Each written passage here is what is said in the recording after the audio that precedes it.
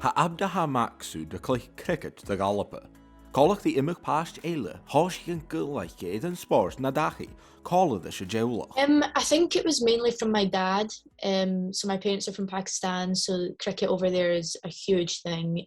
So when I was younger, me, my dad, and my brothers, we used to play in the garden, just throwing the ball about. He's the one who basically taught me how to bowl and bat.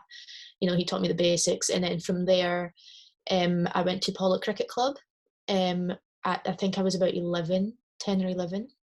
And that's kind of where my love really grew for cricket.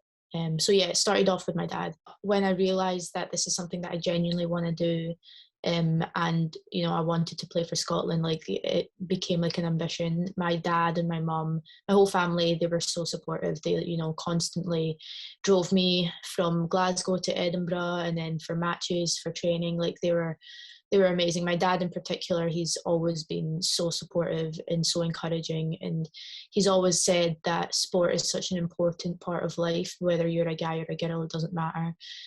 So he's really supported me and my brothers equally when it comes to that. So yeah, I'm really grateful for him and what he's done. Onurs gajaki gu club cricket, choro fatamus hog abda ha ada in skipenashente, salu in skillaiche, mar bowler cas geen. Yeah, that first call up was insane, to be honest. So yeah, I was like 14, I was so young. I didn't expect it at all. And then I think the big call up was probably when we went to Thailand to play in the World Cup qualifiers. I was only 15 at the time, so yeah, still pretty young and just not really understanding how big of a deal this was, and then going there and then playing for Scotland, wearing that shirt and representing your country was just amazing. I'm a lot more comfortable now with my cricket in general.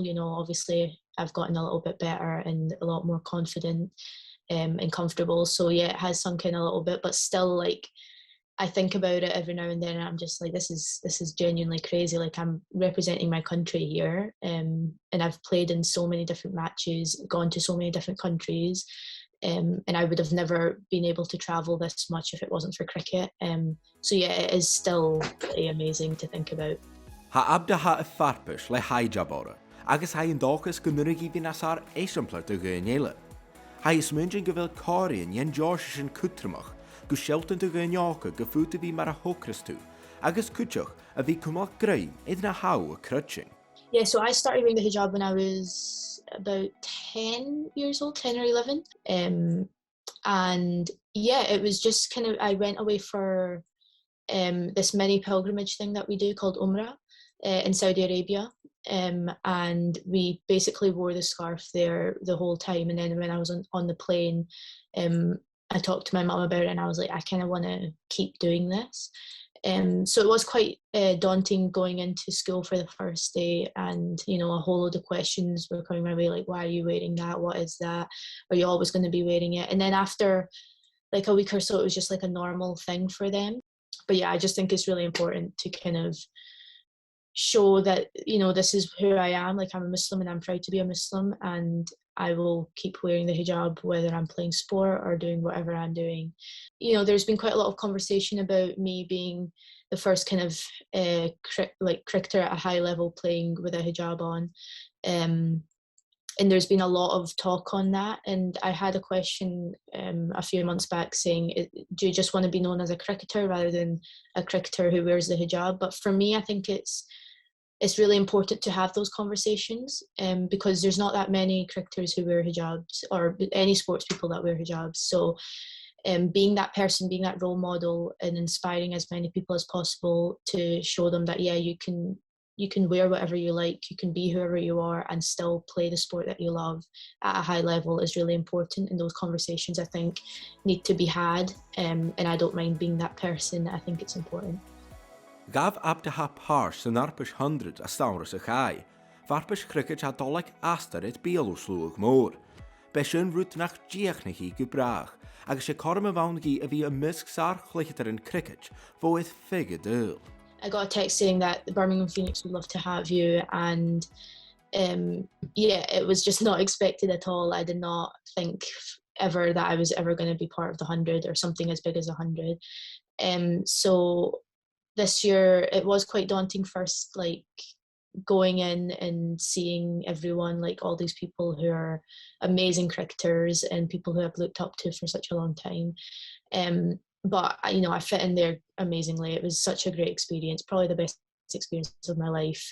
There was a lot of people there. I think the first game there was about 10,000 people watching, so that was just crazy. I've never had that many people watching me before, and then knowing that it's also televised, so even more people are watching is a little bit more pressure. But I think after the first couple games, I kind of just got used to it and tried to like drown it out a little bit. But yeah, it was crazy and it did add a little bit of pressure. Bhí abtathe a siúil an túil a clichan spórs idir bhí chomésal, agus a teachgur a gaiice go nneoing ága a ha fíochaid dí beáland a dhéanó amach a spórs. Yeah, I think my advice to people would probably be that it's always going to be tough, juggling sport and whatever life has to offer. And it's not going to be an easy road, and you're going to have a lot of ups and downs. But try your best to just go with it and not give up, and try to ride the downs as much as possible. Like just ride it out. And there is always, you know, light at the end of the tunnel. Like you will end up loving it. Don't ever like stop playing a sport that you love just because you've got uni on or anything like that. Like try your best to keep going with it, and hopefully it'll all work out for you.